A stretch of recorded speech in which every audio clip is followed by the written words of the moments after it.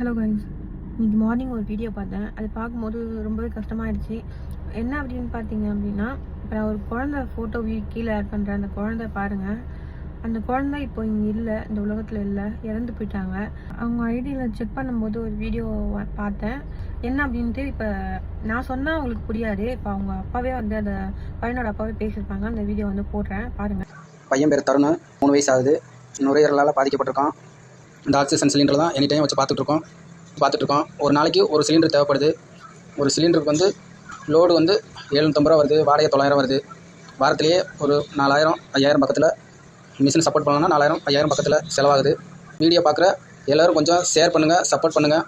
Lawrence அண்ணாவுக்கும் Bala அண்ணாவுக்கும் போய் சேர்ற மாதிரி இந்த வீடியோவை கொஞ்சம் ஷேர் பண்ணுங்கள், சப்போர்ட் பண்ணுங்கள். ஹெல்ப் கிடைக்கிற இவ்வளோ டீட்டெயிலாக சொல்லியிருக்காரு இவர். நம்பர் வேறு சொல்லியிருக்காரு. அவ்வளோ ஹோப்பாக இருந்திருக்காரு இந்த சோஷியல் மீடியாவை. ஆனால் அவருக்கு வியூவர்ஸ் போயிருக்கிறது பார்த்திங்கன்னா 4779 வியூவர்ஸ் தான் போயிருக்கு. ஸோ சத்தியமாக இந்த வீடியோ வந்து பார்த்ததுக்கப்புறம் எனக்கு ரொம்ப கஷ்டமாயிடுச்சு. என்னடா இப்போ தான் நம்ம கண்ணில் பண்ணுமோ அப்படின்னு ஆயிடுச்சு. கண்டிப்பாக என் கண்ணில் இந்த வீடியோ பார்த்துருந்துச்சுன்னா என்னால் முடிஞ்ச என்னால் காசாக ஹெல்ப் பண்ணியிருக்க முடியாது. ஆனால் இந்த வீடியோவை ஒரு 2 பேர் சொன்னார் பார்த்தீங்களா, அவங்களுக்கு சேர்க்கறதுக்கான வழி என்னவோ அது நான் பார்த்துருப்பேன். பட் என்ன பண்ணுறது, அந்த பாப்பா இறந்ததுக்கு அப்புறம் தான் எனக்கு இந்த வீடியோவே வந்துச்சு. ஸோ இவர் நிறைய பேர்கிட்ட கேட்டிருக்காரு வீடியோ பண்ணுங்க அப்படின்னு சொல்லிட்டு. அவங்கெல்லாம் பண்ண முடியாதுன்னு சொல்லிட்டு இருக்காங்களா, இல்லை அதுக்காக பேமெண்ட் ஏதாவது கேட்டிருக்காங்களான்னு தெரியல.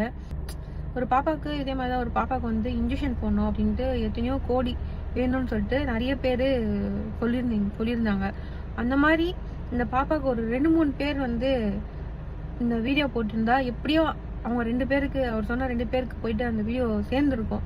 அவங்க மூலியமா ஏதாவது ஹெல்ப் பண்ணி அந்த குழந்தைய நம்ம உயிரோட பார்த்துருக்கலாம். இன்னைக்கு சோஷியல் மீடியாவில் அப்லோட் பண்ணியிருக்காரு. என்ன பண்ணுறது, அவர் வீடியோ வந்து அந்த அளவுக்கு வியூஸ் போகல, அந்த அளவுக்கு யாருமே ரீச் ஆகலை.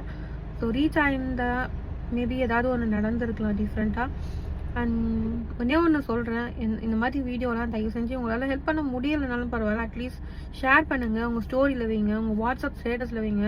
அதை பார்த்துட்டு நிறைய பேர் ஷேர் பண்ணுவாங்க.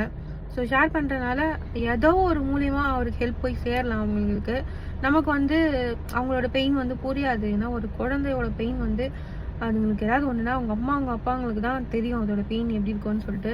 அவர் நம்பியிருக்காரு. பட் அவர் நம்பிக்கை வந்து ஸ்பாயில் ஆகின மாதிரி இந்த சோஷியல் மீடியா.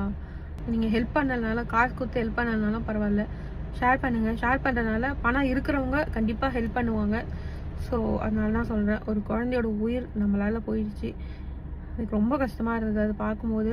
ஸோ என்னால் ஏற்றுக்க முடியல, என்ன பண்ணுறது.